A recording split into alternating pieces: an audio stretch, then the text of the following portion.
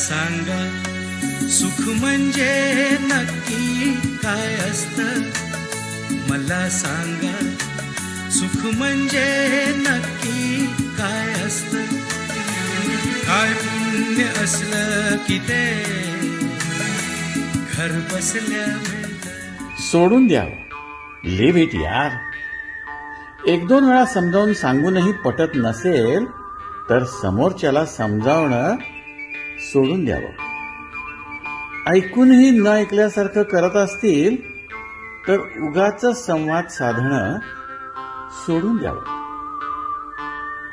व्हॉट्सअपवर 2 निळ्या रेघा दिसल्या नाही तर अस्वस्थ होणं सोडून द्यावं. मुलं मोठी झाल्यानंतर स्वतंत्रपणे निर्णय घेत असतील तर पाठीमागं लागणं सोडून द्यावं. आणि मोजक्या लोकांशीच ऋणानुबंध जुळतात. एखाद्याशी नाही पटलं तर बिघडलं कुठं, सोडून द्यावं.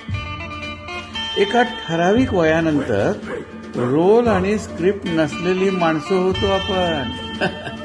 त्यामुळं कोणी नावं ठेवली तर मनावर घेणं सोडून द्यावं. आपल्या हातात काही नाही हा अनुभव आल्यानंतर इतरांची किंवा भविष्याची चिंता करणं सोडून द्यावं. इच्छा आणि क्षमता यात फार अंतर पडू लागलं तर स्वतःकडूनच अपेक्षा करणं सोडून द्यावं. प्रत्येकाचं जीवनचित्र वेगळं, आकार, रंग सगळंच वेगळं. म्हणूनच म्हणतो तुलना करणं सोडून द्यावं. आयुष्यानं एवढा अनुभवाचा खजिना देऊन संपन्न केल्यानंतर अरे रोज जमा खर्चाची मांडणी करणं सोडून द्यावं. स्वतःचं अस्तित्व सिद्ध करायचं असेल तर दुसऱ्याच्या विचारानं जगणं सोडून द्यावं. रिटायर झाल्यानंतर त्याच जागी काम नसताना जाणं सोडून द्यावं.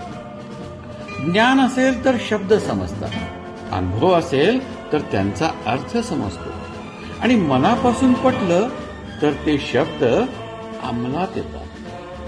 त्यामुळं माणसानं राजहंसासारखं असावं. आपल्याला जे पटेल तेच घ्यावं, नाही ते सोडून द्यावं.